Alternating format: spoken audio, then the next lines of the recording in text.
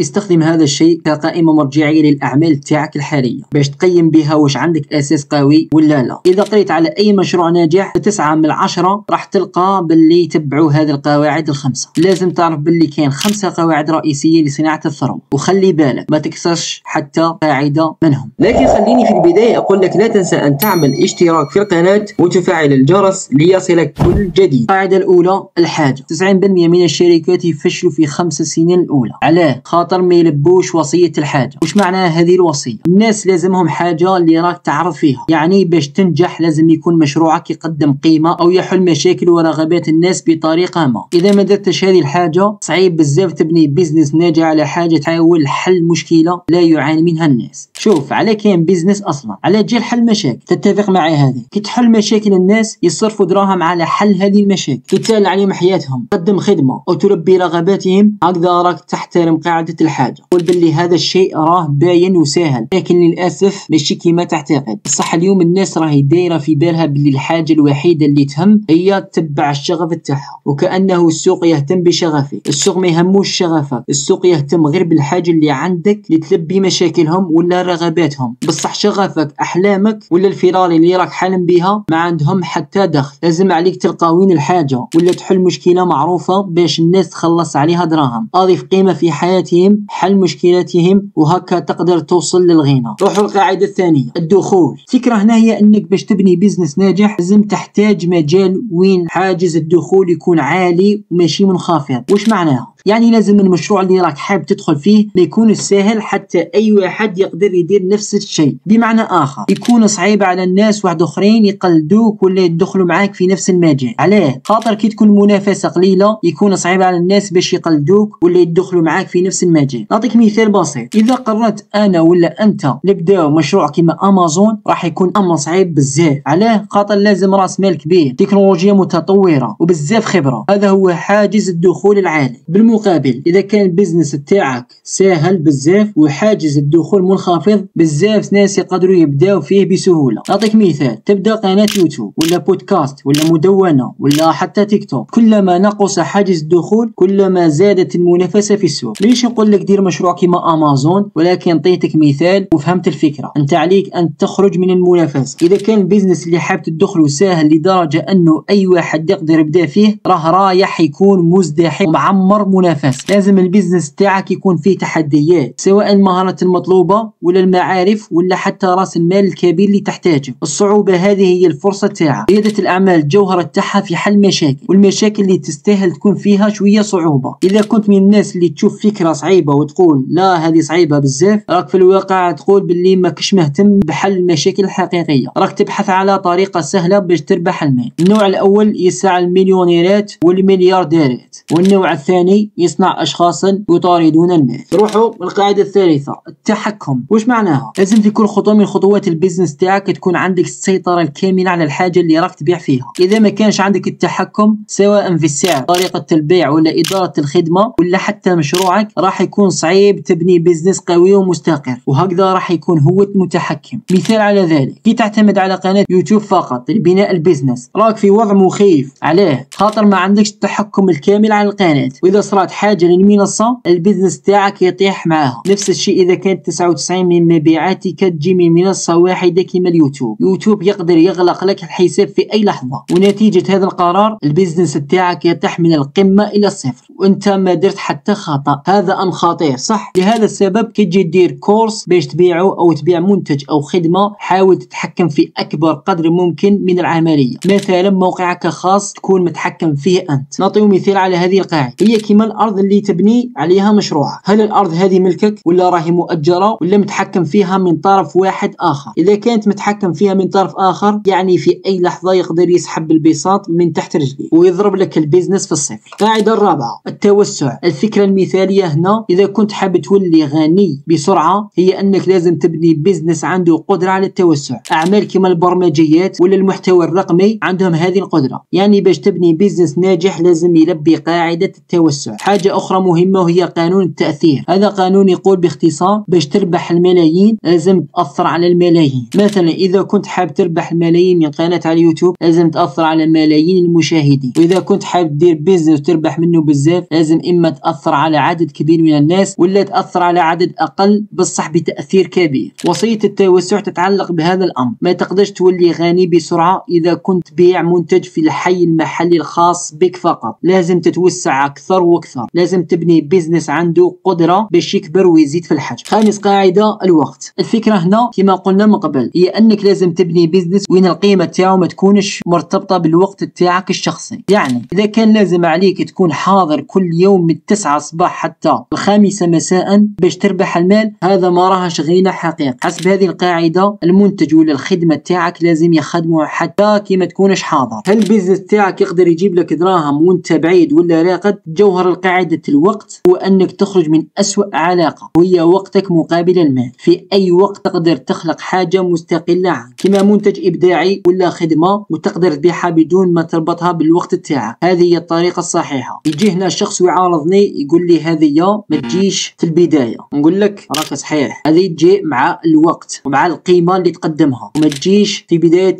عملك. يعني معاك بصح لازم تخمم فيها. هذه لازم في خطتك حط هدف انك تقدر تبتعد على مشروعك بعد 5 سنين على الاكثر من البدايه بدون ما يتاثر المشروع. علاه؟ خاطر الهدف هو تولي تجيب دخل حتى وانت نائم ولا في عطله. اذا تبعت هذه القواعد الخمسه البيزنس تاعك راح يكافئك بنتائج اللي تقدر تغير حياتك. وماذا بيك تخمم فيهم في 5 وتكتبهم وتطبقهم ومن بعد تشوف مشروعك واكتب لنا في التعليقات. واذا ما ضغطتش على زر الاشتراك وش راك تستنى؟ اضغط على الاعجاب والاشتراك ونتلاقاو في فيديو جاي. السلام عليكم.